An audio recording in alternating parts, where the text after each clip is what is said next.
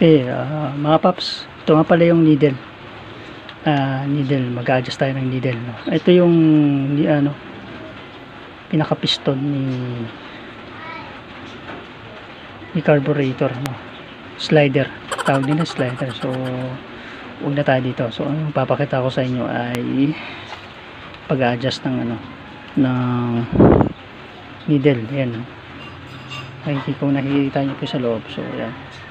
So, advice ko lang po sa inyo kung paano siya kinalas, kailan nyo po siya ibabalik. Katulad niyan, yung lock niya, ayan o, nakikita niya yan.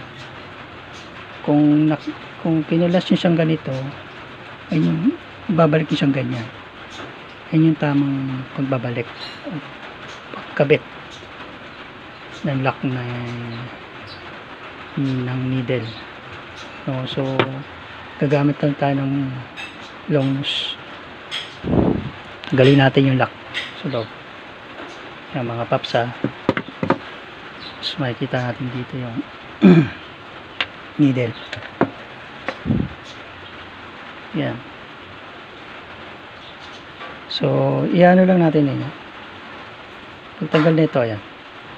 Hindi lang natin tas to.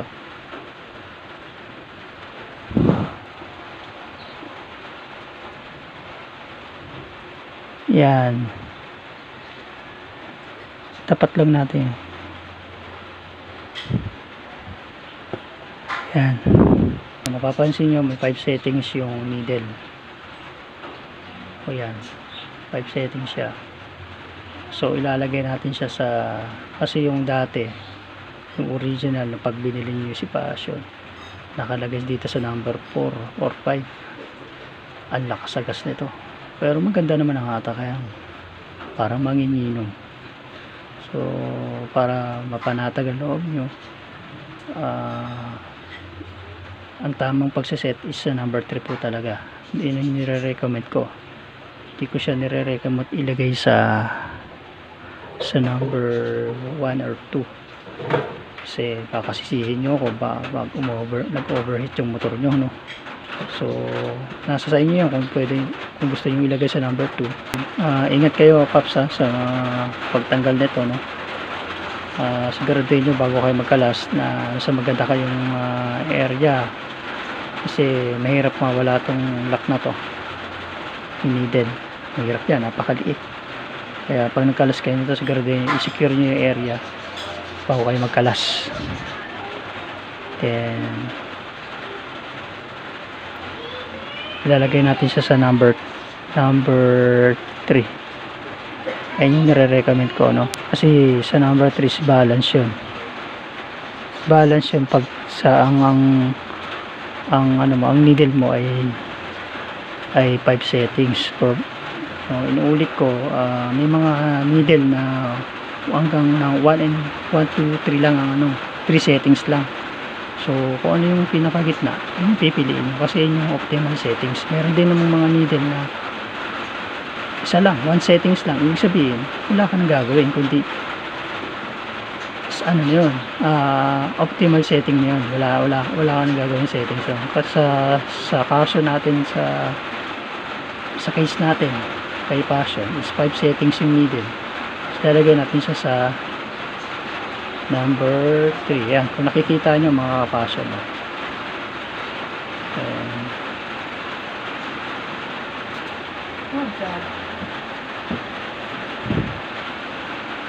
yan,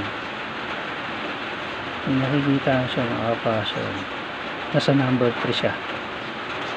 Yan, babalik na natin siya ngayon. Inulit ko kung paano mo siya tinanggal, ganun nyo rin siya ibabalik, lalo na yung lock. Okay, mamit lang kayo ng long nose. Then inuulit ko, no, bago kayo magkalas nito, magkalas kayo sa area na palagay nyo na, kasi mahirap kasi mahulog to, mahirap hanapin. Secure nyo yung area bago kayo magkalas. Ma-advise ko na sa inyo kasi napakalit ng mga nito.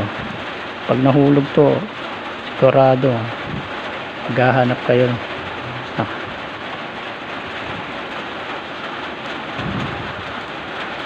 Nagmamit ako ng long nose, no?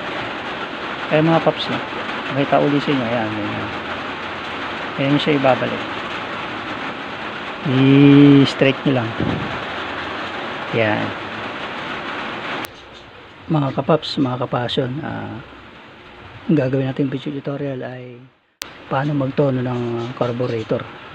Itong carburetor na to ay carburetor po ni Passion, ni stock na carburetor ni Passion to. Urus Passion SE125. So sadya ko kinalas para mas ma-explain ko po sa inyo kung paano magtono, tamang pagtono ng carburetor. So hindi lang po ito pang Passion, no? Pang kay Urus Passion. Pwede ito sa lahat ng carburetor na yung type ng carburetor niya is air fuel mixture. So unang gagawin natin sa pagtotono ng carburetor, first step, painitin natin, i-warm up natin yung makina. Mas maganda patakpuin muna natin, no, painitin ng 30 minutes para mas kasi hindi pwedeng itutono agad natin, no, yung carburetor na hindi natin pinapainit yung makina. So mas maganda painitin muna natin yung makina ng motor natin bago natin itono yung carburetor para ma-meet niya yung saktong idle.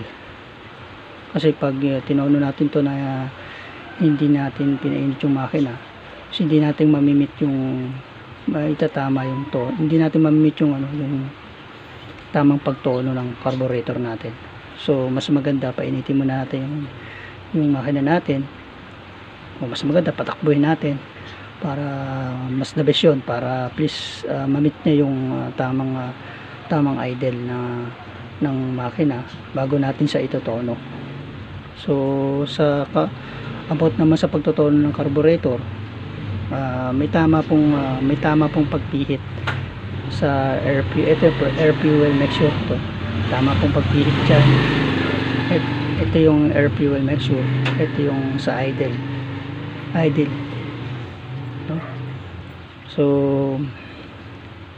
unang step na gagawin natin mga kapaps, natin siya clockwise ilalak muna natin siya. Ilalak natin yung air fuel mixture. Kasi malabo kasi yan. Ilalak natin siya. Yan, pag naramdaman na natin parang lock na, wag naman yung masyadong kadiinan o higpitan, yung sakto lang na yung feeling na hindi na siya lock na siya. Wag naman masyadong yung tipong yung sobrang higpit naman, yung tipong mild lang na pag-ikot na alam mo na hindi na sagad na siya, na lock na siya. Ibig sabihin stop na tayo doon, no? Ayun ang unang first step natin sa carburetor sa pagtotono. Ilalak muna natin siya, then magmamark tayo dito sa part na to. Yan, dito tayo magmark. Ang tatandaan mo natin yung mark, tatandaan natin yung mark. Mark tayo dyan, kahit screw na lang yan, okay na lang yan. Yan. Tapos iikot natin siya ng 1/2 turn out, 1/2 turn out. Yan, tandaan natin yung kung saan tayo nag-mark, kalahating ikot po. Then pag nakalahating ikot na tayo, sample nakakabit to sa motor natin, paandar na natin yung motor natin, turn natin. Tapos pag nag-start na mandar na motor natin, ikot natin ng kalahati pa, kalahati. Yan, so naka isang ikot na tayo, no?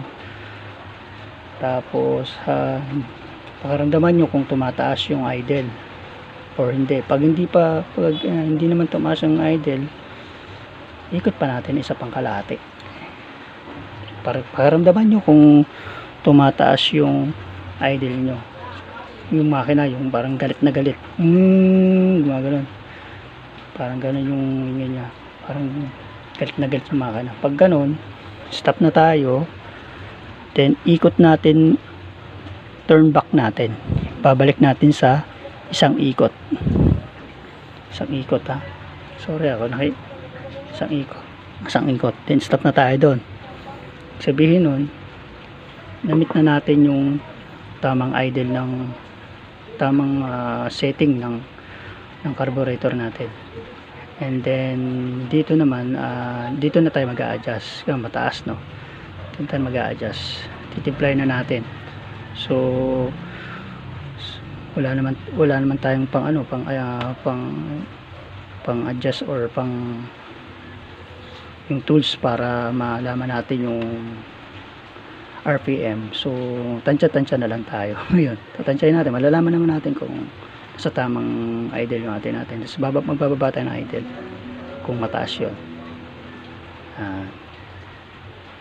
hanggang sa mamit na natin yung ang normal lang naman sa mga motor is na nasa 1.5 RPM, depende sa sa tansya nyo, kasi tatansyahin nyo lang yan. Kasi kung wala kayong RPM tools para malaman kung ilan yung RPM talaga ng pero ayun, so yun lang mga paps, sana matutunan kayo sa video tutorial ko na to. So ganun lang. Tapos isa pang ituturo ko sa inyo, magpapalit tayo ng jet sa loob kasi nga ang issue lagi natin, ang issue talaga kay Rusi Passion is malakas talaga sa gas. Aminado naman tayo doon, malakas talaga sa gas. So kailangan lang natin na parang hindi na tayo gumastos. Ako wala akong plano magpalit ng kasi gusto ko munang i-enjoy itong stock ng carburetor. So para iwas gastos na tayo, isa sa mga tips para makatipid tayo is itono yung carburetor natin, and then magpalit tayo ng nung mga isang jet dyan, kasi yung isang jet ito po, papansin nyo, no, itong sa bandang kaliwa ko, yan, sa bandang kaliwa ko, no, ito yung stock. Kung papansinin nyo, yan, mas malaking butas nito. So yan, compare dito sa ipapalit ko so mga paps, magpapalit tayo ng bubuksan natin tong carburetor. Yan, ni Passion, ipapalit tayo ng needle jet sa loob. Isa lang naman kasi yung stock kasi malaki yung butas no. So isa rin yun sa mga tips ko na pwede nyong gawin mga paps, para hindi na kayo masyadong may stress sa kay Passion. Kaya ginawa ko tong video tutorial na to para makatulong sa inyo at maging guide nyo sa pag-maintenance ng motor nyo. Huwag kayong matakot magkalikot, basta alam nyo yung ginagawa nyo, walang magiging problema sa motor nyo. Kagandahan kasi pag kayong gumagawa ng motor nyo, kayo nagme-maintenance ng motor nyo, natututo kayo sa sarili nyo. So ito yung mga paps, papalitan natin. Huwag na natin ito pakailaman, ha. Ito lang, itong part na to. Ito yung jet, kasi dalawa kasi yung jet needle. Ito jet needle din to, pero ito lang yung papalitan natin mga paps. Tandaan nyo po, ito lang papalitan natin, ha? Ito lang, kasi ito yung nakita ko na malaki ang butas na pwede nating palitan. So pwede tayo magpalit dyan ng pang XRM 110 kasi mas maliit yung butas nya, o kaya yung CT100, pwede yun, basta katugma dun sa stock na papasok dito. Ito yung papalit natin. Ito yung binili ko. Pag naglinis kayo ng carburetor mga paps, tips lang, no, Huwag niyo nang gagalawin to sa float, pinaka floating niya, floater. Huwag niyo gagalawin to, huwag niyo i-adjust to kasi magkakaproblema talaga kayo. So linis lang ang gagawin niyo. Kung linis lang, huwag niyo nang pakialaman, pugahan niyo yung alisin niyo lang yung dumi. Kalasin nyo, pero huwag nyo nang i-adjust to. Pwede naman nyo kalasin yan ito. Tapos ipre-lilinisan nyo.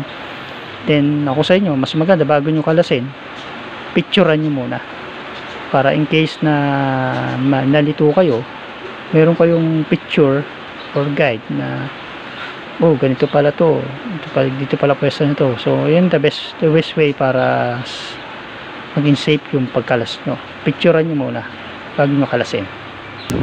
Lagyan na natin needle jet, tawag dito needle jet. Ito needle jet din to, primary, secondary lang tayo. Yan mga paps,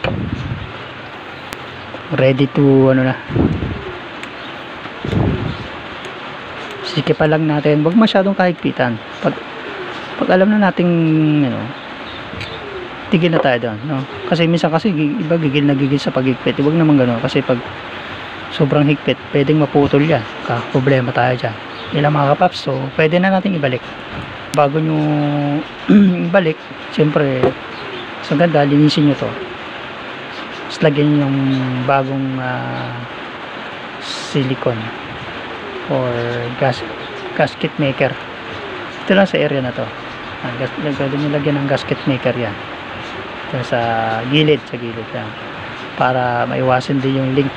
Kasi pag hindi natin nalagyan yan at yung gasket maker, kakaroon ng leak yan. Yung tatagas yung gas. Yun lang mga kapaps, no?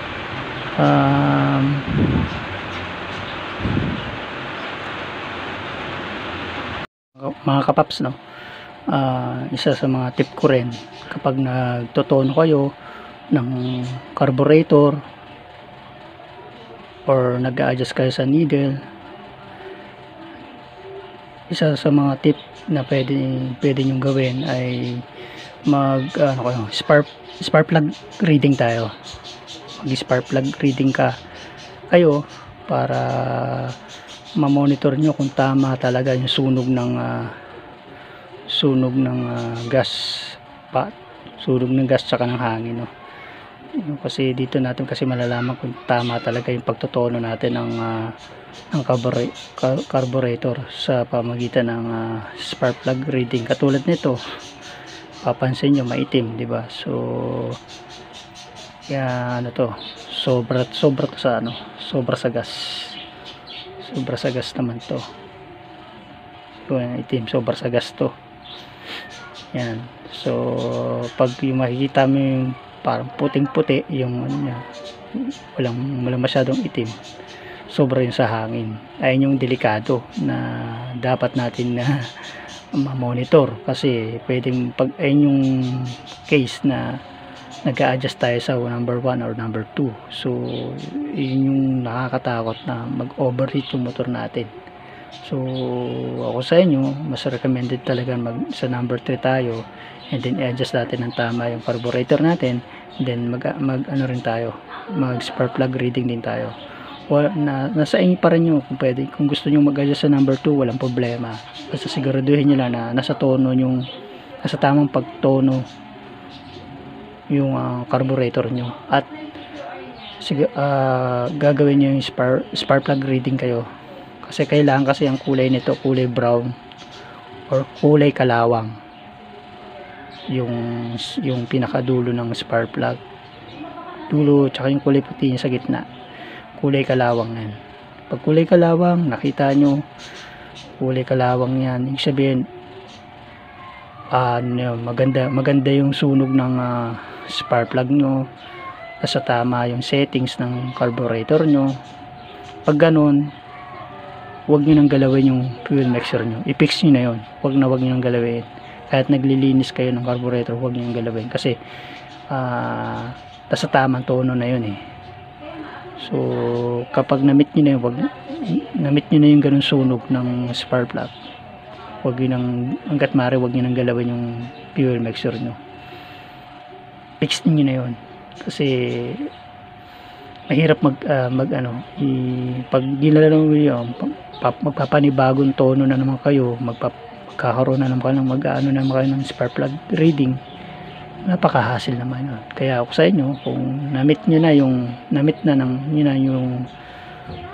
yung tamang optimal setting, kat maaari wag nyo nang baguhin o pihitin pa yung fuel mixture ng carburetor nyo.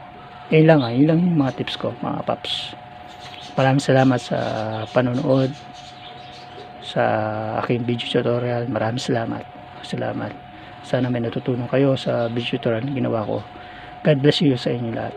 Maraming salamat.